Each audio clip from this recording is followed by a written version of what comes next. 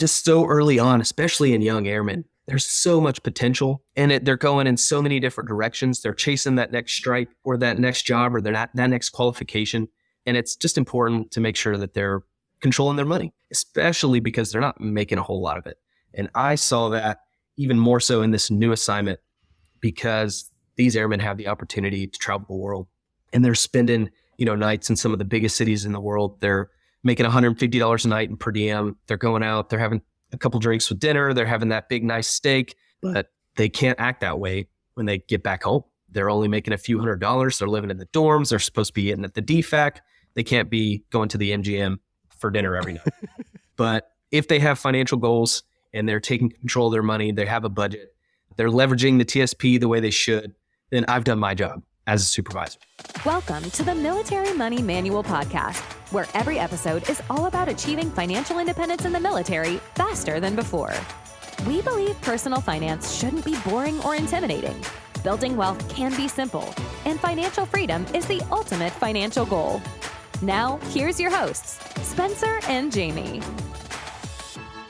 Hey, welcome back to the Military Money Manual podcast. This is Jamie here with Spencer Reese from militarymoneymanual.com and one of our good friends, Garrison. Garrison's an Air Force officer that we've been stationed with twice in our career. The three of us were together both in New Jersey and in Hawaii. So we're really honored to have him on here. RTC graduate, University of Tennessee, and he also did mill-to-mill for a while his wife was in the Air Force, and now she's a government civilian, and Garrison's still active duty.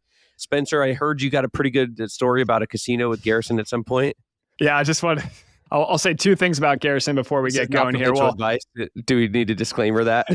No, everybody knows nothing we talk about is financial advice, and also everything we talk about is financial advice. But no, three things that Garrison has brought to my life is, number one, he's an awesome pilot. I always loved flying with him. It was always a good flight if I got to go fly with Garrison, which didn't happen as often as it should have, because as we got more senior, right, instructors usually don't fly with instructors that often. That was always loved flying with you, Garrison. And then the second thing is you've had a interesting path to building your net worth and building your financial independence. It's been a lot of fun to chat about that along the way. And then the third thing from our history was Garrison and I were on a mission once. I think it was out of New Jersey. And we were down in Washington, D.C. We were staying in National Harbor at one of the hotels there. And we got to go over to the MGM. We were on a crew rest. At the casino, most money I've ever made in a night. I think I rolled the point in craps maybe like 12, 13, 14 times that night. I actually wasn't even making that much money, but there was a guy at the table who ended up making like $30,000 off of me. And every time I'd roll a point, he just flicked me another 100. So that's how I ended up making the most money I've ever made at a casino in one night. Yeah, I remember we both showed up to that brand new MGM, which I drive past every day to work now. And the table minimums were $25. And it tells how frugal we all are that we were like, I don't know about this. $25 is a lot of money. And then we went on to see some chip colors and sizes and shapes that I've never seen before. Yeah, I don't think I've ever seen someone after the streak where the two casino security guys come up to him and say, "Hello, sir, would you like to stay this evening, or can we help you get to the cashiers?" There was definitely some weird colored chips out that night. All right, well, we're not here to talk about how to make money at the casino, although that would be a good podcast too. We're here to talk. we're here to talk about just kind of some lessons learned from Garrison's life and some things that Garrison wanted to share with us, and just have a good conversation about money and about investing and about the different paths that you can take to financial independence. Yeah, super lucky to be here.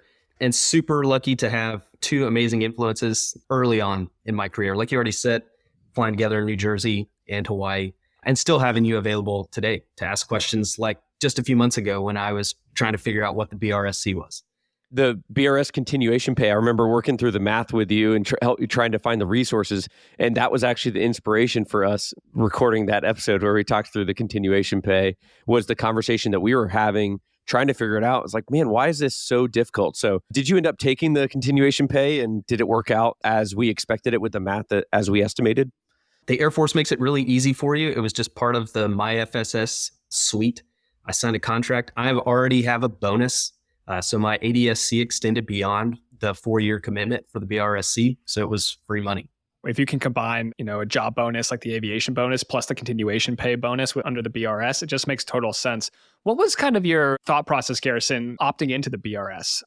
I don't know, at the time, were you thinking that you'd make the Air Force a 20-year career, or were you kind of hedging your bets, or what was the thought process there? Certainly not. I remember 2016 looking around the squadron, and all the majors were filling out airline apps and separating, and very few people seemed to hang around the squadron that long after their commitment was up. I was like, well, I might as well take the little bit of TSP bonus that I can get with this instead of losing it all when you separate after 10 years.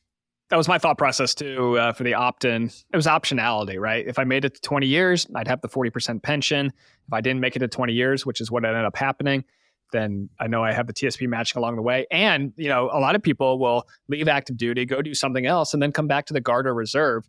And if you're under the blended retirement system, it's still there for you. It's still an option. And you can earn an active duty retirement or a Guard Reserve retirement under the blended retirement system on a different path, but it's still there for you, right? You haven't completely thrown away all of your retirement options. All right, Garrison, let's go back to baby lieutenant days, or maybe even pre-days in ROTC, pre-commissioning days.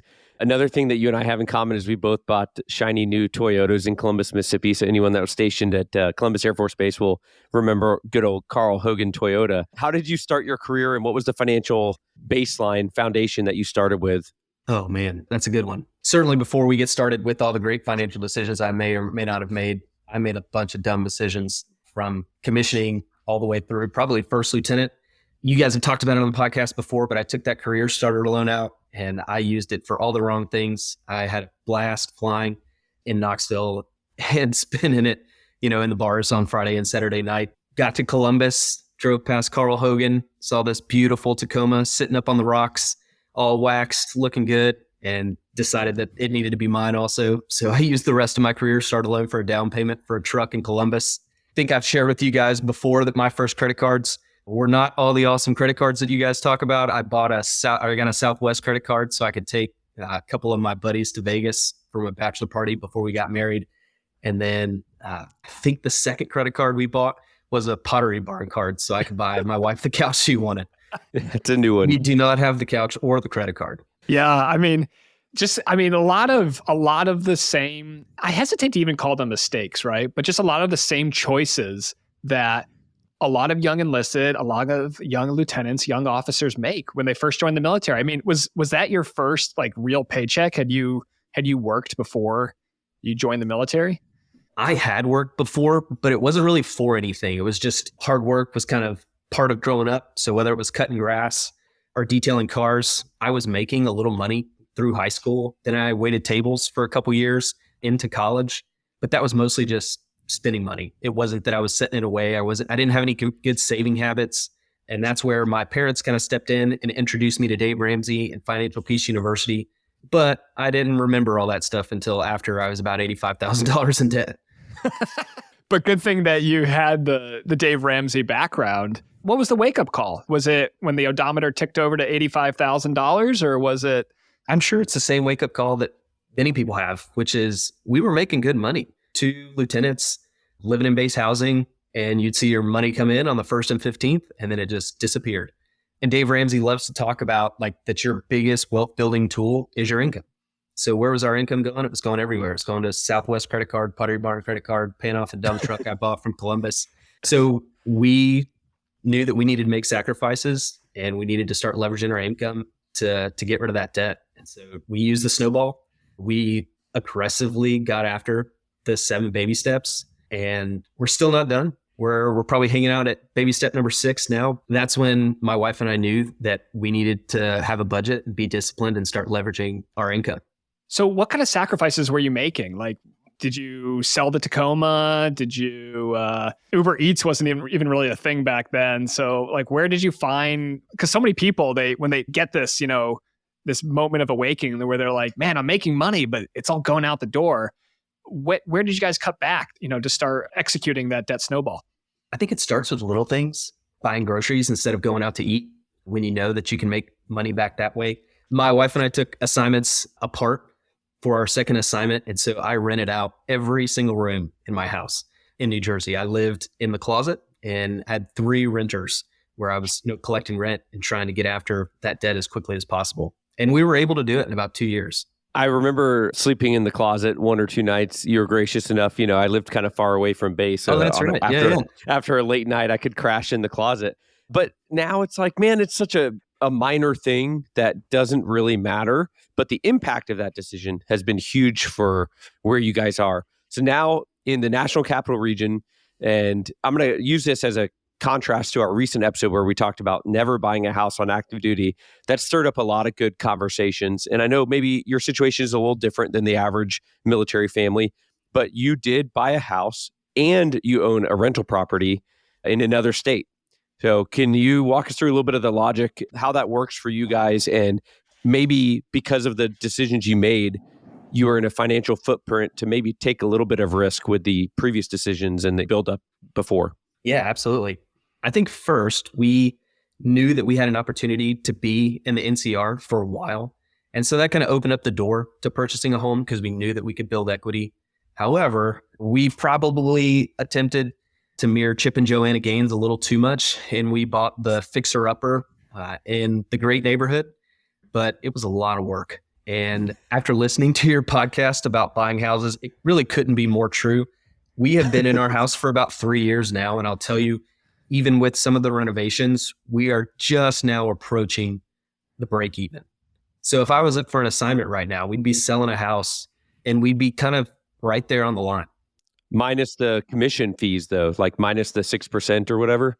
So even if the value is good after 3 years, that's a good point. I think some of the most important things is like, if you're going to buy a house, buy it in a region that you're going to PCS back to, right? For most communities, like the sub community, for instance, Groton, Connecticut is a big sub base. Hawaii is a big sub base. San Diego, I don't think has subs. So if you're stationed in San Diego for your first assignment but you're in the sub community, then probably don't buy a house there because you're never going to there's not a good chance you're going to PCS back there. And this myth of like, oh, the chief master sergeant who bought a fixer-upper at every duty station and then they retire, with 7 homes across the country. That sounds like a nightmare.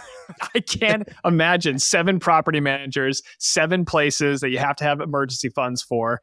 And Jamie, I think you were talking to someone recently who their spouse actually manages all the properties from afar, but it's a full-time job. Like it's not passive income. It is literally her full-time job. Yeah. Well, and Jamie, you asked about the crash pad. I'd say that was more taking advantage of an opportunity. We got deployment orders to Shaw right after we took the assignment to Andrews. And I had the opportunity to take my family. I wanted to do that. 6 months that I could get back and not spend away from them. And we couldn't find a place to live. So we did end up finding a crash pad that was partially suitable for our family, but we saw an opportunity to purchase a house a lot cheaper in South Carolina than in the NCR, and then radically turn it into a crash pad. We had a lot of help. We partnered with a family who owns crash pads out in Altus, somebody that we knew from previous assignments as well. And they really helped us, make smart decisions starting off. And to this day, it's been radically successful, but it is not passive. Garrison, can you take us through some of the numbers on a crash pad versus a long-term rental? Because a lot of times people out there, like they get fixed in their head that, oh, I'm going to buy a place and then I'm going to rent it out to a family, for a year, 2, 3 years at a time in a military community. But a lot of times, the military community is very transient, even at established bases. A lot of TDYs, a lot of short tours, a lot of 6-month PCSs. So is there any advantage to a landlord to a short-term rental versus a long-term rental? I think the first difference is who you're trying to attract. So if I'm just going to own a house in a traditional military city, I'm going to rent it for somewhere around the BAH, and I'm going to hope that amount of money covers my basic expenses and then helps me build some sort of an account to deal with things in the future. So in a crash pad, I can open it up to more than one person while they're TDY, and that's doubles, triples, quadruples the amount of money that we're bringing in to cover the cost of that mortgage. But the other difference with the crash pad is it's fully furnished. So everything in that house we purchased, I pay for the utilities, the internet, the TV. Again, it is not passive income, but it's been a lot of fun. And we've been able to help families, which was the goal when we started, to make them have, a much more memorable, a much easier deployment, even if it's just to Charlotte Air Force Base. And it'd be beneficial for us too. What about the risk that comes with crash pads? Like we've seen certain bases where the wing commander has published a memo saying no more crash pads. I know even in your situation, there's been some divisions that have had more strict policies than others. Are you comfortable with this because you guys are in a financial situation where you could accept some risk of riding the wave of no tenants for a couple months? Yeah, we are now. But to start, that's very scary. Yeah, there's nothing scarier than a 06's signature on some sort of restricted memo for where they're going to be housed. But yeah, we've been okay so far. We have had to deal with a couple different dilemmas, but yeah, that emergency fund, it's important for us individuals as individuals, but just as important for your business, whatever it might be. I do want to ask about the business too. I'm glad you brought that up. So I'm assuming you have a separate emergency fund for your business. And then can you maybe share one or two things that you've learned about running a business? I don't think you were a business major, right, in college? Yeah. So like, how did you pick up the side hustle and what are a couple big things that you've learned? Because a lot of military people do consider or they start a side hustle while they're on active duty. Yeah. Well, first of all, we had great partners when we started the Crash Pad, and they kind of helped steer us in the right direction as far as products to use and ways to track, and ultimately getting you through each annual year for taxes. And that's probably the biggest thing, is to have a great tax guy and to understand how you can leverage, whether it's assets or income or, making renovations and improvements to your home, how that affects the taxes for your business. Just a quick note from one of our sponsors, and then we'll be right back to the show. Hey, Spencer, I got a cousin that just graduated from high school and they're about to start basic training in a few months. Any ideas on a gift I should get him? Yep, sure do, Jamie. The Military Money Manual, A Practical Guide to Financial Freedom, is a concise, easy to read, and practical guide to your military money. It's the book that I wish someone had handed me on my first day in the military. In the book, I explain the exact money tactics and investing strategies that can enable you to achieve financial independence while serving in the U.S. military. It's available on Amazon, Audible, and my website. It's hardcover, paperback, ebook, Kindle, and audiobook. You can get a special discount using promo code podcast on my website, shop.militarymoneymanual.com. But Garrison, earlier you mentioned the baby steps. So can you walk us through kind of the practical side of how your mindset shifted and what you did as a family, as a young couple, mill to mill, two-income family, to go from debt using the baby steps to where now you're at a point you're working towards financial independence and building towards that generous living in baby step 7? Yeah, absolutely. A huge fan of the baby steps, but you have to be disciplined. You have to have a budget and you have to take control of your money. I think that's what the baby steps are all about. So this first couple, like y'all talked about, are pretty straightforward. We saved $1,000. It was sitting in that savings account. It was so pretty. And then we moved on to the debt snowball. I already talked about $85,000 of debt. It took a lot of hard work, discipline, but we accomplished baby step 2 in about 2 years. And then that led us into the emergency fund, which happened about the same time we PCS'd.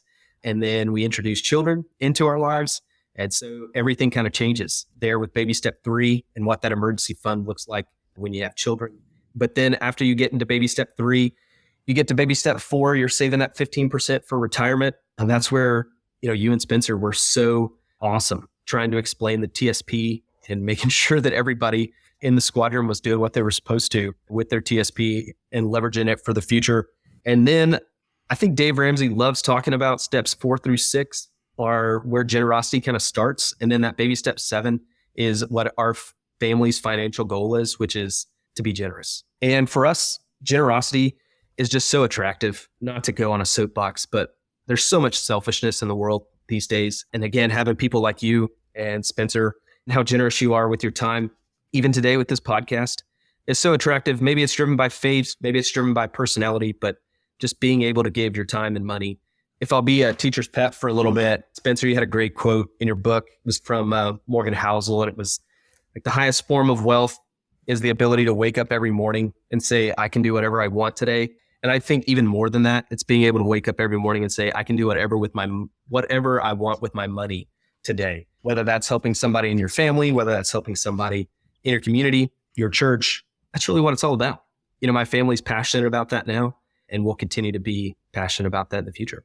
That's incredible, Garrison. And as a friend and former supervisor, super proud of you. What was it like before, when you were still stressed about money, and how can you compare that to your feelings about thinking about money and budgeting and saving now, stress versus peace, or however you would describe that dichotomy? Yeah, maybe we were lucky enough that it didn't ever feel like it was stressful. Like after we made the decision to get after our debt and to take control of our money, it was fun. Like we enjoyed the debt snowball. It felt so good to put that credit card in the shredder and then to never fly Southwest again for taking advantage of me. But yeah, it felt good. We did it together, and that's what made it so awesome. I think I'm gonna double click on that, Garrison. Doing it together, right? Anytime I see like a couple or someone who's in a relationship posting online and they're like, "Hey, I'm trying to do this, and my spouse just isn't on board. How do I convince them to come over to my side?" And it's like, if you're at the point where you're trying to like convince someone, then you've lost, right? Like it should be a joint conversation, and both of you should, there might be some like education or like facts, or just like, hey, hon, like, did you know that we're $100,000 in debt? And and they might be like, no, I had no idea because you do the money, right? I earn money, but maybe I'm not the one who has the spreadsheet, who's in there with the Excel document. And just having that awareness and recognizing that you're not going to get out of this alone, right? You got to do it together, and you got to get out of whatever situation you're in together. And then you got to set those goals that you're going to work towards together. And if you don't have the kind of relationship where you're communicating like that, then it's not money that's your problem. It's the communication and coming back to the fundamentals of the relationship. And the money is just the symptom, right? Like if you fix the relationship part, then the money will probably just fix itself because you'll be able to communicate and you'll be able to set goals and then work towards them. So, I mean, it doesn't sound fun to talk about sacrifice and discipline, but when you commit to it and you're in it together, it works. It was amazing. We're both really proud to get on the other side of that debt. So now as a supervisor, I've seen you do this for multiple assignments now in multiple years. One of your other passions is helping your airmen and your NCOs understand their options with their finances better. Can you share some practical ways that you do that to kind of instill a culture of financial readiness in your unit? Well, first of all, you buy a handful of copies of the Military Money Manual, and that's not a plan. No, but in all seriousness, strategy though. That's exactly what I did. It's an awesome tool to hand to an airman to educate them without any of your own biases. Maybe Spencer's biases, but that's okay. He's an author. He's allowed to have biases. He's a learned doctor. I have a lot of biases. Just so early on, especially in young airmen, there's so much potential, and they're going in so many different directions. They're chasing that next stripe or that next job or that next qualification. And it's just important to make sure that they're controlling their money, which is what we've been talking about, for the last few minutes. They have to take control of their money, especially because they're not making a whole lot of it. And I saw that even more so in this new assignment because these airmen have the opportunity to travel the world, and they're spending, nights in some of the biggest cities in the world. They're making $150 a night in per diem. They're going out, they're having a couple drinks with dinner. They're having that big, nice steak. They're signing the bill at the end of the night. And then that per diem paycheck is hopefully going to pay that off when they get back. But they can't act that way when they get back home. They're only making a few $100s. They're living in the dorms. They're supposed to be eating at the DFAC. They can't be going to the MGM for dinner every night. So it's just, I've always felt that it was my responsibility as a supervisor to make sure that they were at least thinking about financial goals. Sometimes you just can't get through to them, and that financial goal is that Dodge Charger or that Toyota Tacoma. But if they have financial goals and they're taking control of their money, they have a budget, they're leveraging the TSP the way they should, then I've done my job as a supervisor. Not everyone, not all airmen or not all direct reports will respond the same way, but do you find that it enables that culture of conversation, making it okay to talk about money or TSP or investing, or like, what are you guys doing? Because a lot of the loud voices are crypto or Robinhood or GameStop or whatever. There's not a lot of just stable, boring investment advice or sound financial average advice out there as some of the other loud voices are with their get rich quick schemes sometimes. Yeah, I think probably mixed responses, but like the ones who are paying attention and who hear what you're saying and know that they can really set themselves apart from maybe where they came in the past or where they are currently, just by setting a little bit of money aside, being disciplined, understanding low cost, automatic, diversified, simple investments like Spencer likes to talk about in the book. really simple steps. Yeah, that resonates with me for sure. My last assignment, there were times where I would give a talk to 500 people at one time, and it would make my day if one of them reached out afterwards. And sometimes it would, sometimes it wouldn't. But there's one couple in particular I still keep in touch very regular with, and he and his wife will probably hear this episode, but 500 of them and 499 like could care less what I said. But one family's generational, like their entire future generation and their family tree is changed forever because of how they internalized some of that stuff. It's nothing special about what you say or what I say or even what's in Spencer's book. It's just people taking ownership of their future and understanding that they have options. They just need to do a little research and find some ideas out there. Yeah, exactly. When I would do my initial counseling with my airmen, I would ask them to, if they wanted to print out a copy of their LES and bring it to the meeting, right? And because a lot of times these kids might be 19, 20, 21-year-old loadmasters. No one has ever sat down, or maybe they did when they were in like boot camp or something, but you're like, dude, I got other things to worry about here. But no one ever sat them down and just walked them through their LES. And I would find so many mistakes on there where they weren't getting, a pay that they were entitled to, or they were still paying state income tax, for Kansas. And it's like, weren't you stationed in Texas for basic training? Are you sure you want to be paying state income tax to Kansas for the rest of your career? And we have an episode about that, about how you can, reduce your state income tax burden if you're in the military. And just having that, just opening that door and saying that like money is not a taboo subject around here. And if you want to talk about TSP contributions, if you want to talk about how I'll tell you how I invest my TSP, maybe that's not appropriate for you and how to invest your TSP, but at least we can establish that money is not a taboo topic, because if we don't talk about something, right, silence equals shame. And that it implies that money is a shameful thing, and that in the military, we don't talk about money. And like Jamie said, sometimes the loudest voices are those weird Facebook groups where people just post their TSP returns for the last 2 years and don't give you any context of what their asset allocation or investment strategy is. Or, they talk about the crash pad and you hear about the success they've had, but then you don't hear about, oh, well, there was that year where the 06, signed that piece of paper and I had no tenants for a year, and that was tough. And so people love to talk about the positives. They don't necessarily like to talk about the negatives. And a lot of times they like to talk about these very interesting investment opportunities that maybe aren't relevant to a young airman who's only making $30,000, $40,000, $50,000 a year. And if they can put 5, 10, 15% into their TSP, into a life cycle fund, that is such a great place to start. Nobody wants to talk about that, right? Because it's boring and it's simple and it takes a long time to see the results of that. Jamie and I talked to a master sergeant actually earlier this week, and we're going to have that podcast out soon, Darren Thedick, and he's got over $500,000. He's been enlisted in the Air Force for 13 years, and he's planning on financial independence at age 38 after 20 years of active duty service. He'll have his military pension, he'll have his VA disability, and he'll have over $1 million of investments. 4% rule, that's $40,000 a year. So I think the power and the influence that a supervisor can have is so important. And so I'm thankful, Garrison. And I saw, just like Jamie, I saw you do this at 2 duty assignments where you actually took the time to sit people down and to have those conversations. And that's so rare in our military. And maybe it's an Air Force problem. I doubt it. I'm sure the same thing happens in the Army and the Navy and the Marines and the Space Force and the Coast Guard. And I don't know why you always start that list and I'm like, here he goes again. There we go. Let's name all the armed forces. Homeland Security, we see you too. No, we don't. So public service. Yeah. U.S. Actually, we have a lot of those public health officers listen to the show. I get it, or at least they're a disproportionate number of my Instagram DMs.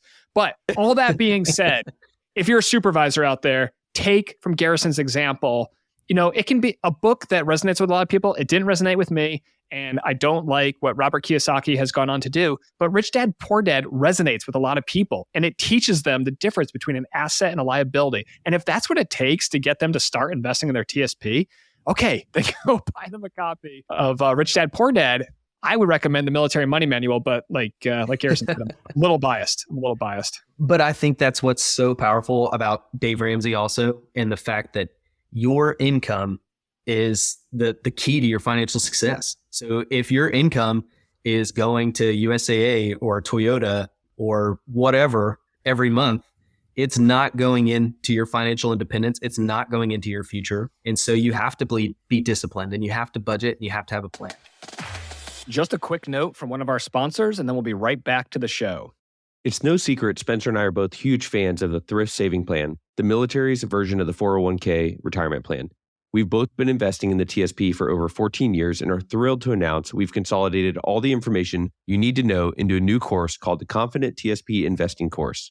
That's right. The course is a comprehensive guide to navigating the TSP, breaking it down to easy, bite-sized chunks that lay out the basics of the thrift savings plan, the funds available, and the investing strategies so you can build wealth while you serve. We both know what it's like to be a beginner and to be overwhelmed with all the information that's out there about investing in the TSP. Head over to militarymoneymanual.com/TSP, Tango Sierra Papa, to find our simple breakdown of all you need to know. You get lifetime access, and we'll have a growing library of content. And one of my favorite parts about the course is that for every course we sell, we're going to be donating one to an E4 or below. Yeah, I love that feature of the course, Jamie. So if you're an officer, an NCO, a senior NCO out there, and you purchase a course, first of all, thank you. And also know that you're helping a fellow service member, a sailor, a soldier, a Marine, an airman, a guardian, a Coast Guardsman, E4 or below, take one step closer to their financial success. The link's in the show notes, or head over to militarymoneymanual.com/TSP, where you can sign up for the Confident TSP Investing course. Now, back to the show. Garrison, you just mentioned budgeting and the B word. We try to avoid it around here. We think more about like conscious spending plans or, some other woo-woo modern phrases. Nobody wants to, as soon as they hear budget, they stop listening to the podcast. But are there any budgeting or net worth tracking apps that you've used to get out of debt and to build your net worth? I can't speak to any particular apps. We use Excel. My wife is an Excel wizard, so we use that for net worth tracking in our budget. And I'll say I love you guys talking about reverse budgeting. After we carefully allocate 60+% of our income per month to retirement and financial goals, we don't monitor every dollar maybe as meticulously as some of those other apps and other financial advisors would want you to. A budget doesn't have to be complicated. In fact, like the more complicated you make it, the harder it is. Jamie, what is it? Like Ramit Sethi has like 4 categories that he tracks or something. Yeah. And that's it. And like, I'm trying to do the same thing too, where I use Monarch. I think it costs about $100 a year. I just like it because it's very automated, and it was really easy to move from Mint over to Monarch. But the thing that I love about it is I've consolidated like all my categories, and now I think I'm down to like maybe like 6 or 7 or 8 like high level ones.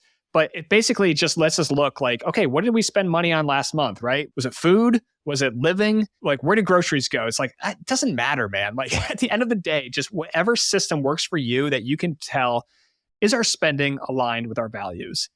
And if you can answer yes, positively that question, and like how much money you spent last year on travel, other than adjusting your expectations for future years going forward, or to set kind of a goal, a finish line for financial independence, it doesn't really matter if there's no test at the end of this. I think for those of us who loved getting A's in school or who loved being the best Air Force pilots, right? We're always getting ready for the test, and there's no test of your personal finances other than, are you comfortable? Are you at peace? Do you have money? Can you cover your bills? It's just real life. And so no one's going to come up to you. The IRS is never going to say, hey, can you account for every dollar you spent last year? Like, because only weirdos do that. I joked with you and Jamie before we started that I spent most of this week at Disney World. Trust me, the mouse got way more than we planned, but we had a blast, and that aligns with our family financial goals and our family goals in general. I love that, Garrison, because there are a few people I know that are more Mickey Mouse obsessed than you. I mean that with all due respect, but you guys do spend a lot on Disney, but you're able to do that because of the system that you set up where you get your goals taken care of, you get your priorities cared for, and then what you do with the rest doesn't matter. And so I don't value spending a bunch at Disneyland. I spend my other stuff on a bunch of other things that you don't value, and that's completely okay. And that's exactly the reason that personal finance is an individual family's decision, and not everyone needs to have the exact same approach to it. Yeah. And again, it goes back to generosity. So I think that was my parents being generous to me growing up. And that's why I love Disney so much. That's why we invest That's a terrible word to use in Disney now for our children and our family. And we love to share that with other families and my in-laws and my parents. And we'll continue to do that into the future because, Disney's just part of my family now, I guess. Yeah, I thought you were going to say you're being generous to the Disney Corporation by spending so much. I guess the mouse is part of the family. Careful that you don't die on property, though, because apparently signing up for Disney Plus means that you can't sue Disney. So, no comment. Nobody else saw that. Garrison's checking his Disney stock, watching it go down as the episode. Yeah, that's right. Yeah.